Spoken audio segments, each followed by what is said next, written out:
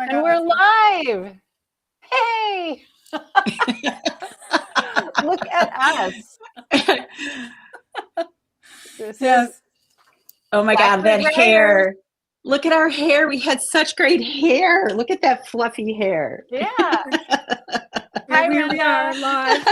Substack TV. Welcome to Blackbird Writers on Substack TV. Real writers with their real photographs from high school. Circa. Talking about their mystery novels. As we say, no AI, just alibis, and a heck of a lot of fun.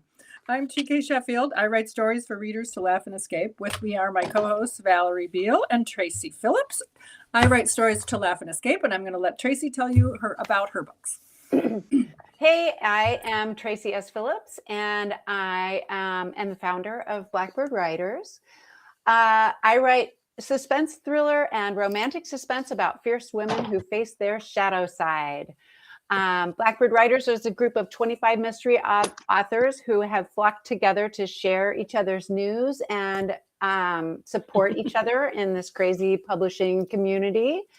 And we are totally AI free. Well, as AI free as we can be. And Val, introduce I'm Valerie Beal. I write books for readers, I would say age 10 and up. I finally actually have some things handy. This is my middle grade novel, Haven. I have my debut mystery, which I should be writing the sequel to, but I'm just hanging out with you all on Substack instead. And then I have my fantasy series, which are the first books I ever published, and this is the most recent book that came out last year. My books are inspired often by my travels. Thank you for that. And how we structure the show, we go live every Friday morning at 10 or 11 o'clock Central. So what we do is we give you news from the Blackbird Writers flock. And Lori Buchanan, you are a Blackbird. Thank you for joining us. And Renda, we're glad you're here too. We hope you enjoy the show. So the first thing we do is share our news from the flock. Then we talk about industry news, and then we share favorite things. So it lasts about a half an hour. Tracey, what do you got? I have some news from some of the Blackbirds today. Cheryl Joseph has book 8 in the Botanic Hill Detectives Mystery Series is drafted. Bougainvillea Street, The Stolen Tiara. And her mysteries are for middle grade students, and it's such a great book for adults as well. And she says it's in her editor's hands. She's looking forward to a virtual school author visit on March 19th with a 5th grade class in Pennsylvania. In the meantime, she's catching up on a million things, including spring cleaning. Good luck. Lori Buchanan, who is here today, has shared that she wonders what happens when you mix local authors, award-winning wine, and a room full of book lovers. Spoiler alert, it's delightful, of course. So crime thriller writer Lori Buchanan and other Boise area authors will be together on Thursday, April 16th for Words and Wine. It's an afternoon dedicated to the magic of storytelling. You'll hear local authors read from their latest works and browse new titles for your must-read pile. And also enjoy a glass of wine. That sounds like so much fun. I wish I was in Boise. Cheers. Cheers to that. Yeah. Field trip. Let's go. Right. She said the best part is the $25 ticket supports the next generation of storytellers, and proceeds help send local high school students to Writers at Harriman, a summer camp where young writers will find their unique voices. Nice. And I have a link to share in the chat if I can grab it. Margaret Mizushima is up next. And there we go. And she is excited that her 11th Timber Creek Canine Mystery now has a title. It's called The Fighting Edge. Woo! It's scheduled for release on September 8th, and it's available for pre-order now. She says to find it at Margaret's Penguin Random House page. You should look for the link for that, and I'll drop it in the chat in a little bit. Congratulations, Margaret. That's wonderful. Yes. Good to hear. Kathleen Another Donnelly. Blackbird success. Yeah. Well, she has 11 books in that series now. It's such a wonderful series too, but you don't have to read them in order, which is great. Kathleen Donnelly is going to do a cover reveal for book 5 in her National Forest Canine series, another canine mystery writer. Deadly Revenge features U.S. Forest Service officer Maya Thompson and her canine Jumper. So that's available for pre-order and coming out on July 28th. Sorry.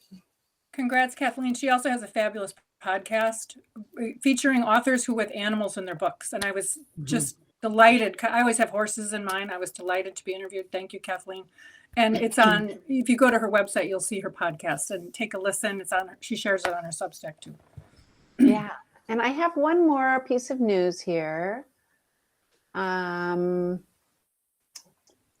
didn't it go? There we go. Jeff and Victoria Nunia are marking their 10 years of Feet Wet Writing. That's the name of their website and their publishing company. While their first paperbacks were originally published under another press, they've been publishing under their imprint now for 6 years. It has been an incredible journey, Victoria writes, and they're grateful to have learned from so many indie publishers along the way. River Gold, the 5th book in Jeff's Northern Lakes Mystery Series, was nominated for a Wisconsin Library Association Literary Award. Congratulations, Jeff. I'd like to mention there too, Victoria and Jeff have done an amazing job cultivating their relationship with individual like indie bookstores around the Midwest. And they report that they sell more books that way than they do like with Amazon. And that was a concerted effort on their part to support the indie bookstores in the area. So shout out to them.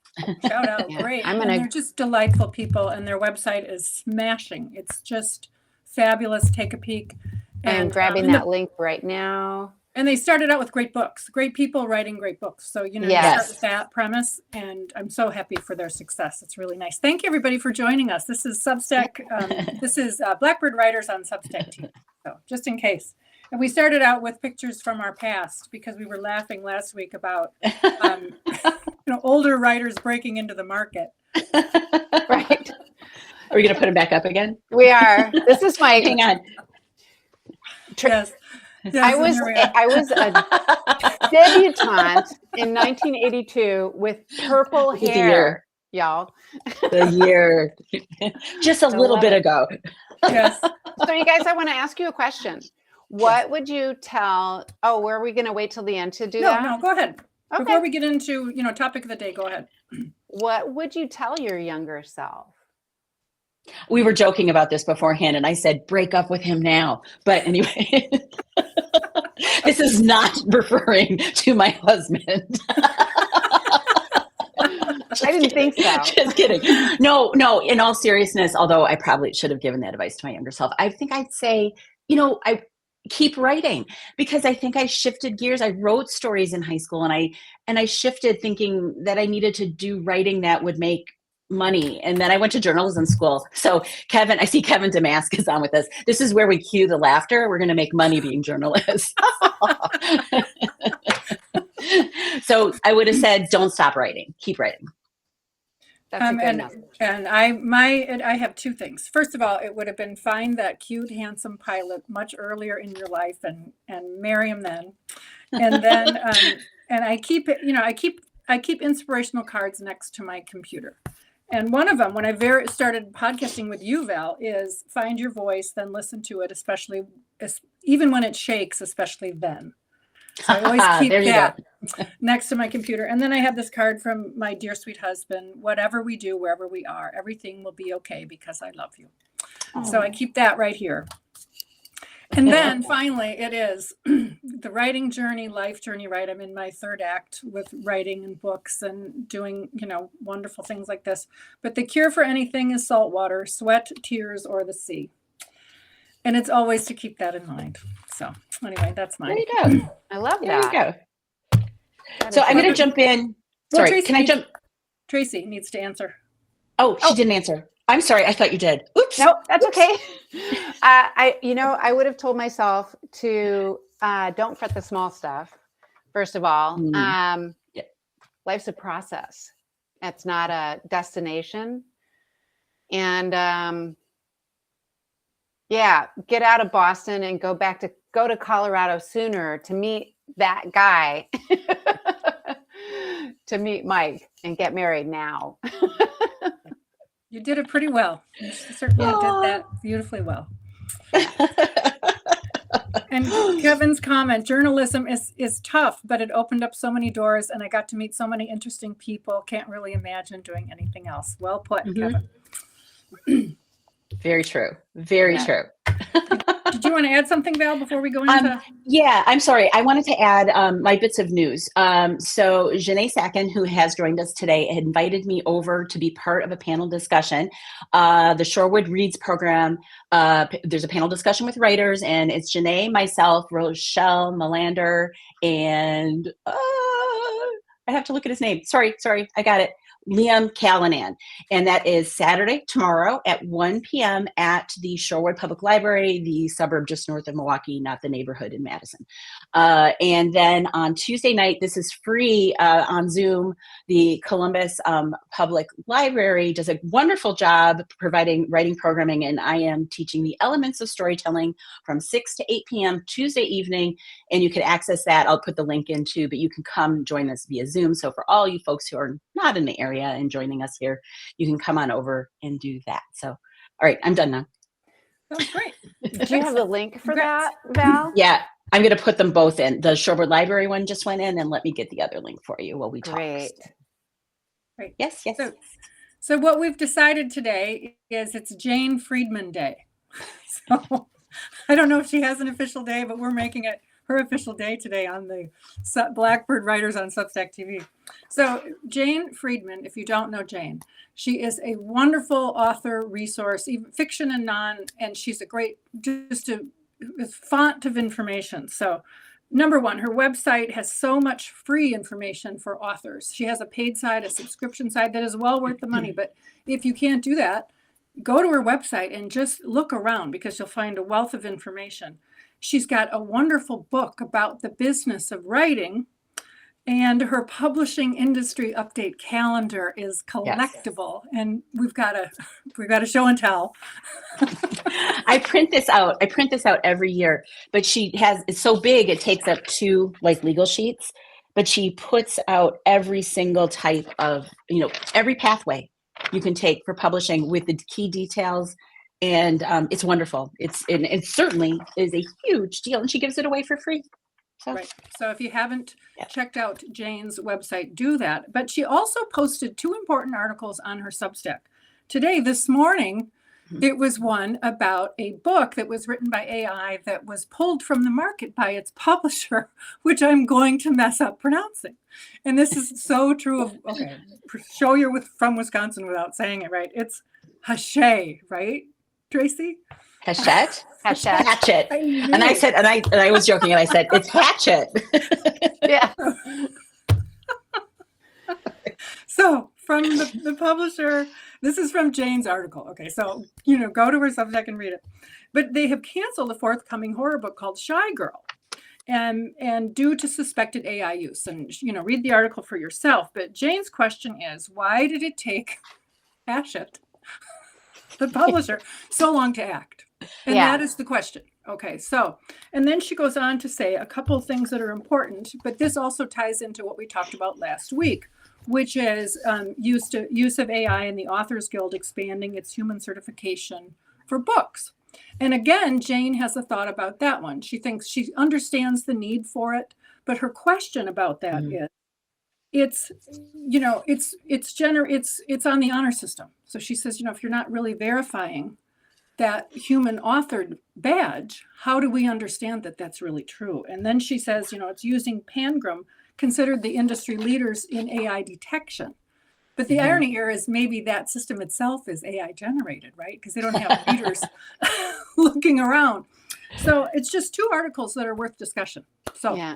It's like we were talking about earlier too, that it's impossible to avoid it because it's in all of our programs that we use as writers. It's your spell check and your, grammar check or whatever, but it's also in the publishing websites. I forget which one we were talking about earlier.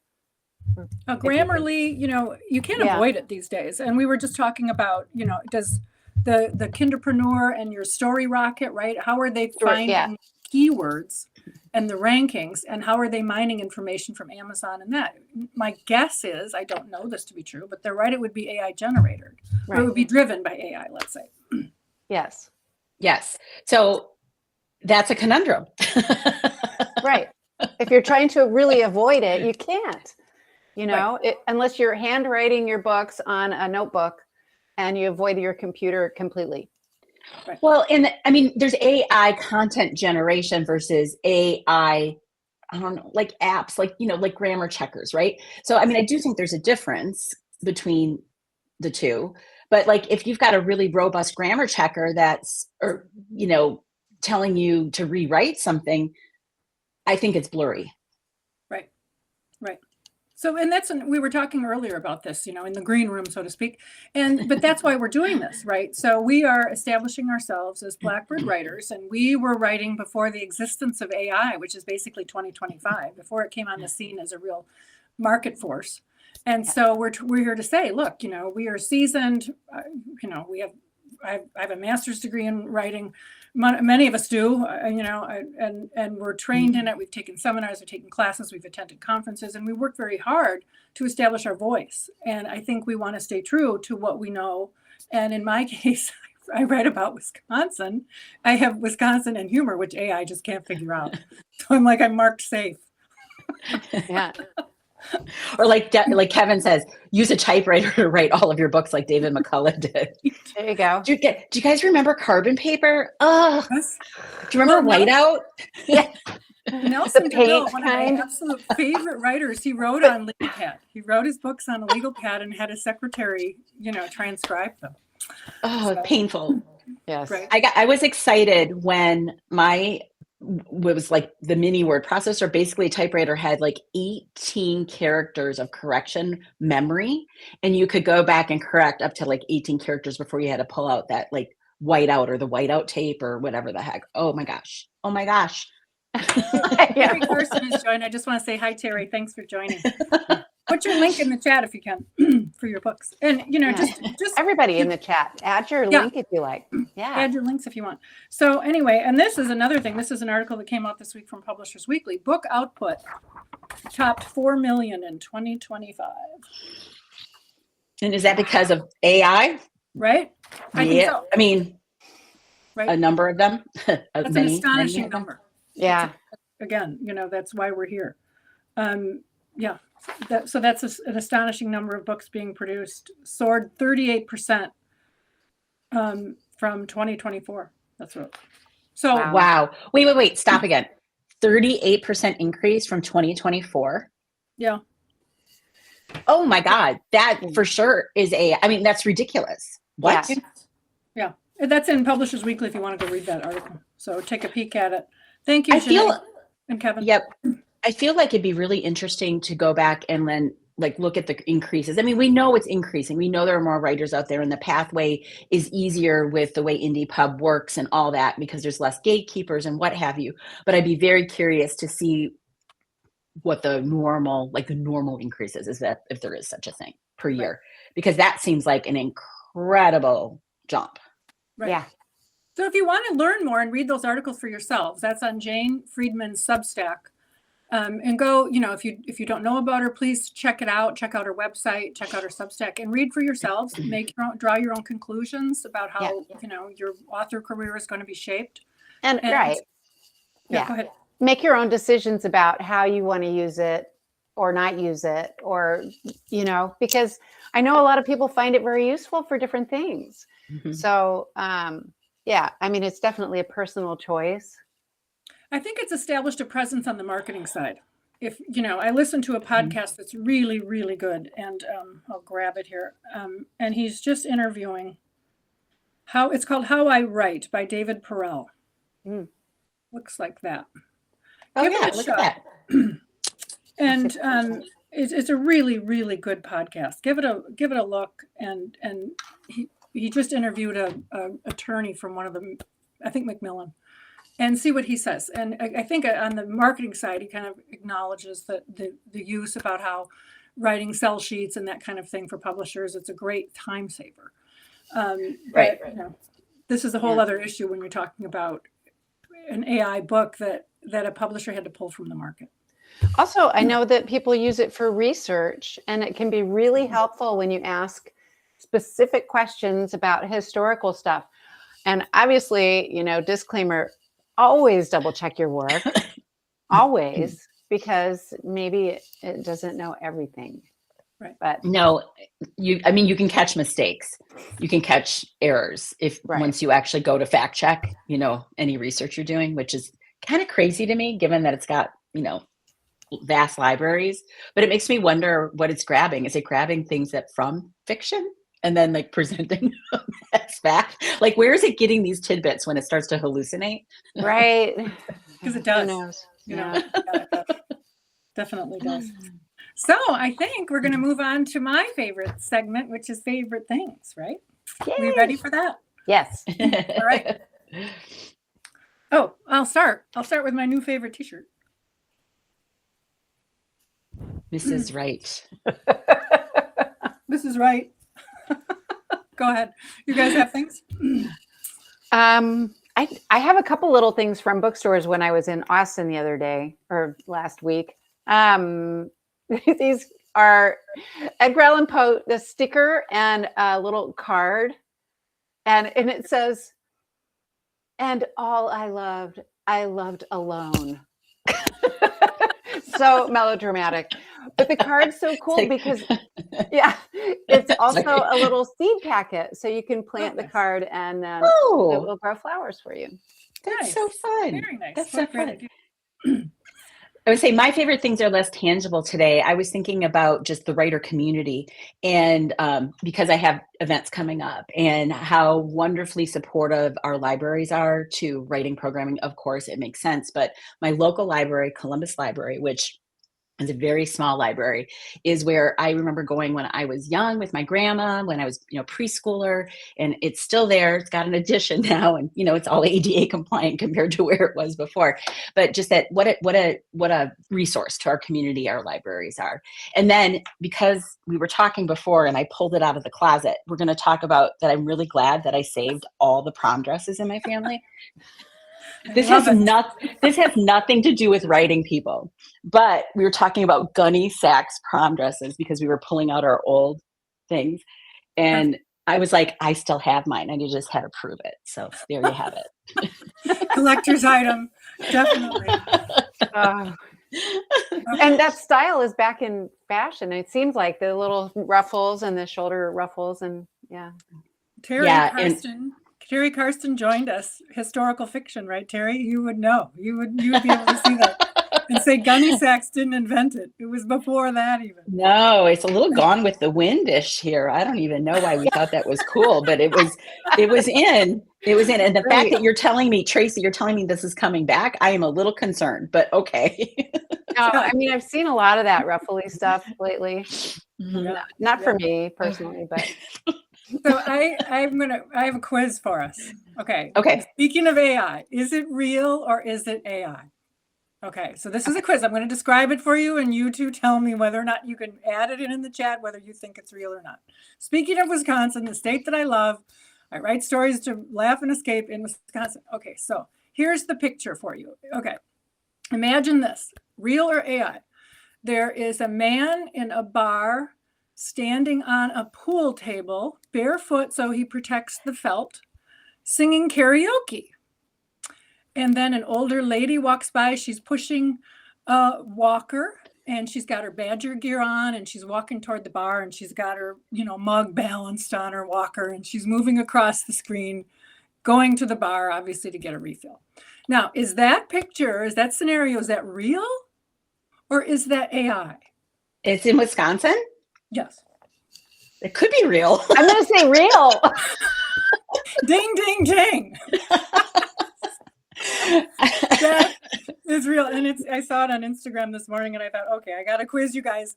So yes, you could be hired to recognize real or AI if you're reading about books or things in Wisconsin.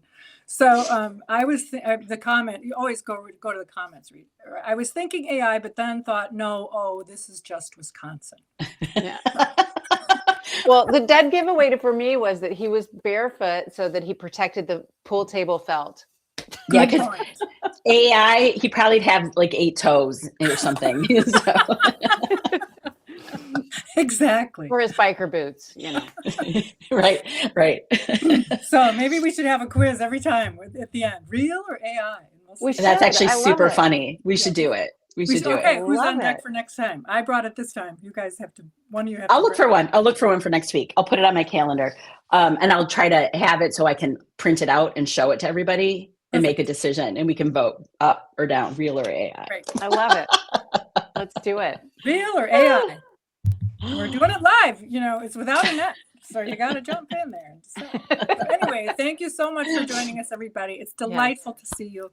This is Blackbird Writers on Substack TV. We are here every Friday at 11 o'clock Central. My name is TK Sheffield. I write stories to laugh and escape. And my co-hosts are Tracey Phillips. I forget what I write. I write thriller, fierce women who face their shadow side.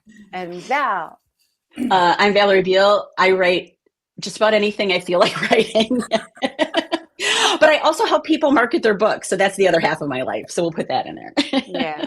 And yes, happy first day of spring, everyone. Oh my gosh, it is, isn't it? Yes. Woohoo! okay.